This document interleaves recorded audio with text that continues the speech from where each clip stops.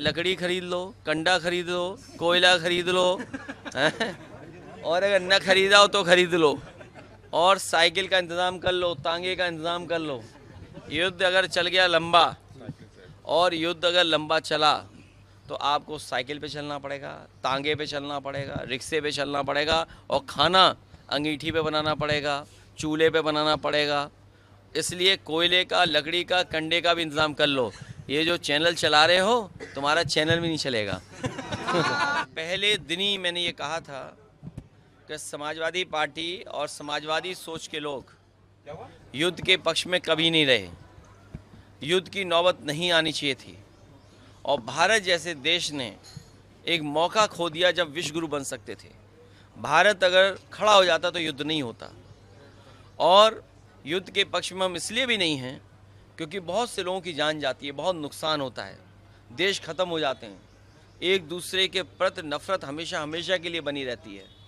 युद्ध कोई सॉल्यूशन नहीं है किसी समस्या का। जो लोगों की जान गई है वो लौटेंगे नहीं, और युद्ध से नुकसान ही होगा। हम युद्ध के पक्ष में नहीं हैं। अखिलेश जी, एक छोटा सा सवाल और है। देश के प्रधानमंत्री ये नारा लगा रहे हैं, Israel is fatherland, India is Motherland. इसका क्या मैसेज जनता तक के पहुंचाना चाहते हैं? देखिए, हमारी भारतीय जनता पार्टी के लोग कुछ नहीं जानते। भारतीय जनता पार्टी के लोग कुछ नहीं जानते हैं। वो केवल नफरत फैलाना चाहते हैं और हर परिस्थिति का राजनीतिक लाभ लेना चाहते हैं। लेकिन दुनिया में जो लोग अपने देश के लिए शहीद होते हैं, जो देश के लिए कुर्बान हो जाते हैं, उनको हमेशा लोग उस देश के या देश के लोग दिलों में याद किया करते हैं। एक मथुरा को लेकर एक मुद्दा और है, मथुरा को जो गाय वाला मामला चला उसको लेकर एक गोवंश के एक बाबा हैं, बाबा फरसा, उनकी जो है मौत हो गई। उसके बाद काफी पथराव हो रहा है, पुलिस बल और भीड़ जो है सड़क पर आ गई। अगर एक साधु संत बाबा की हत्या हुई है तो मुख्यमंत्री जी को इस्तीफ़ा दे देना चाहिए, और मुख्यमंत्री जी को इसलिए भी इस्तीफ़ा दे देना चाहिए कि बनारस जो देश के प्रधानमंत्री, उनका संसदीय क्षेत्र है, वहाँ पर एक छात्र को गिरा करके मार दिया, और कुछ दिन पहले गोरखपुर में एक हत्या हुई। हत्याएं लगातार हो रही हैं। केवल हमारे मीडिया के लोग, इनको दाना मिल जाता है कि उसी हिसाब से गाना गाते हैं। अगर सच्चाई मीडिया दिखाने लगे, उसी दिन सरकार गिर जाएगी।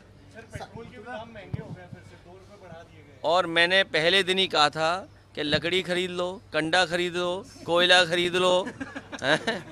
और अगर न खरीदा हो तो खरीद लो, और साइकिल का इंतज़ाम कर लो, तांगे का इंतज़ाम कर लो। युद्ध अगर चल गया लंबा, और युद्ध अगर लंबा चला तो आपको साइकिल पे चलना पड़ेगा, तांगे पे चलना पड़ेगा, रिक्शे पे चलना पड़ेगा, और खाना अंगीठी पे बनाना पड़ेगा, चूल्हे पे बनाना पड़ेगा। इसलिए कोयले का, लकड़ी का, कंडे का भी इंतज़ाम कर लो। ये जो चैनल चला रहे हो, तुम्हारा चैनल भी नहीं चलेगा। एक चीज और, आजकल पुलिस भी पॉलिटिशियन वाला काम करने लगी है। अभी संभल के सीओ का एक बयान आया था, बहुत ही चर्चा में है वो। अरे पुलिस वालों के बारे में कुछ मत करो, उनके लिए एक ही नारा है, हथेली गरम पुलिस नरम।